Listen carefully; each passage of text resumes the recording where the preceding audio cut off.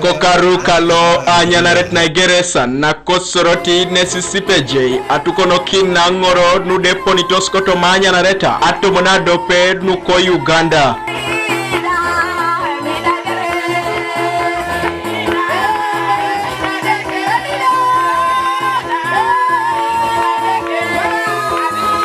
Egeonali pasine inu atupuruchina lolo ko somero loko Bethany Girls Secondary School koi bugalo soroti ido ebuna tukono kinina angeta kinina ikanyet. Bishop Kose Odongo lo anyanaret na ko soroti epukori keda kiroto ngesi ya balebe ekoto nuatoto imoriki kinosinoi keda ikilioko kech kanua polo na ikalia. Our husbands must come with us. So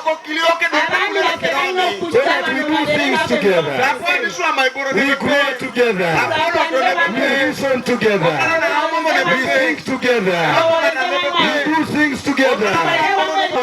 When a man walks with his wife together, he gets his wife. Hallelujah. The word together means to get her. Akona kiroto na tukono kinikana nesi aimori kikina kanua jana kinikapol kosodi minister lo chichilo akironu koteso Dr. Kenneth Clement Ongalo bote nesi eturiti ekiroratoto kwape abue tait na ekal mukama amuwechu umulecho mulende. This is a big conference. Right now,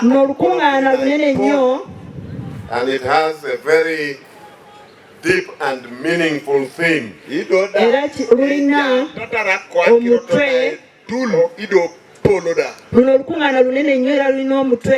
United for service and growth.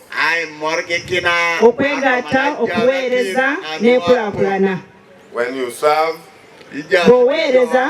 it is automatic that growth comes from service.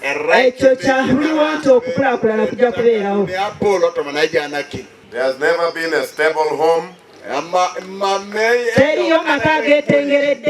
without a stable mother. There is never a united home without a strong mother. So when Jesus said you are the salt of the earth, I think he meant women. If you do not have control of your home,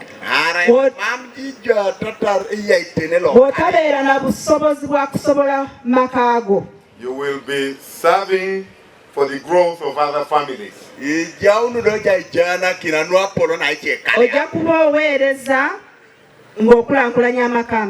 And for other children. And not yours. Echamunito sangoro daibe ejayameda atukono kinina.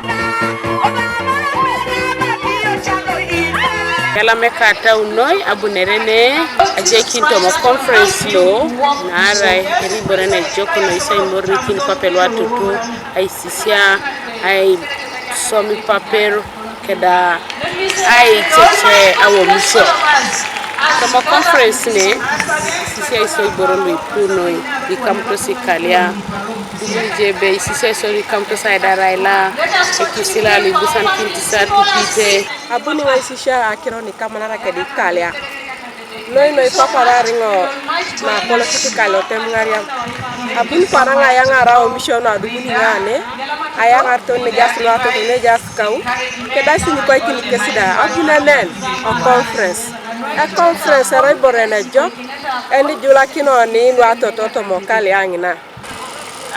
The benefits of this conference is to my morikina ne kakoso Angor ijaso ni aimoro akironu inwene kamuti ko Okalia aidari Okalia pone biru na idaro kitwenu apeso keda bodo pone biru na anyakun Aminanara Okalia. So we are here to be reminded on our roles and duties in our families. Kanuka TV East Alfred Atwau Kobuga Soroti.